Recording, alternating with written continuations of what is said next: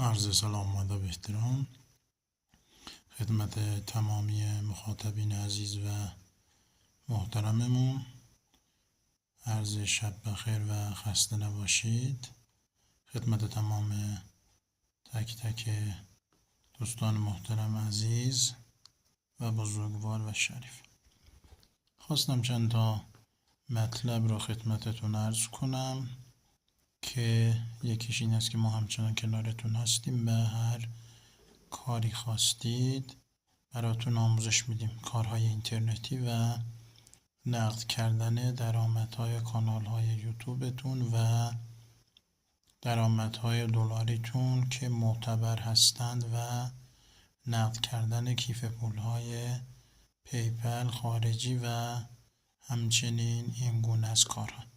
مطلب بعد که خواستم بهتون کمک کنم و یادآوری بشه خدمتتون این که هر کاری رو میخواید شروع کنید حتما آموزش ببینید، تخصصش رو داشته باشید، چون بدون تخصص شروع بکنید وسط کار احتمالا ول میکنید، زده میشید، چون تخصصش رو ندارید به مشکل میافتید و دل سرد خواهید شد. پس هر کاری رو خواستید برید پیش متخصصش یاد بگیرید. تو فضای مجازی الان دیگه همه کلاس‌های مجازی هست، میتونید یاد بگیرید و هر مشکلی هم داشتید ما میتونیم راهنماییتون کنیم.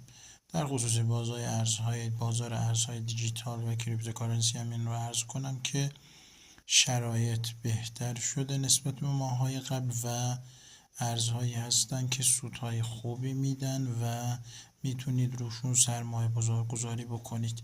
اگر خواستید در خدمتتون هستیم، پیام بدید و تبادل اطلاعات و تبادل عرض کنم خدمت شما صحبت داشته باشیم و خوشحال میشیم که هم صحبت بشیم با تک تک شما عزیزان و دوستان محترم از مطالبی که داره بیشتر میشه تو کانالمون و متنوع چیزهایی که میذاریم استفاده بفرمایید. امیدوارم که خوشتون بیاد. انتقاد هم هر چی باشه ما با جان و دل میپذیریم و در خدمتتون هستیم.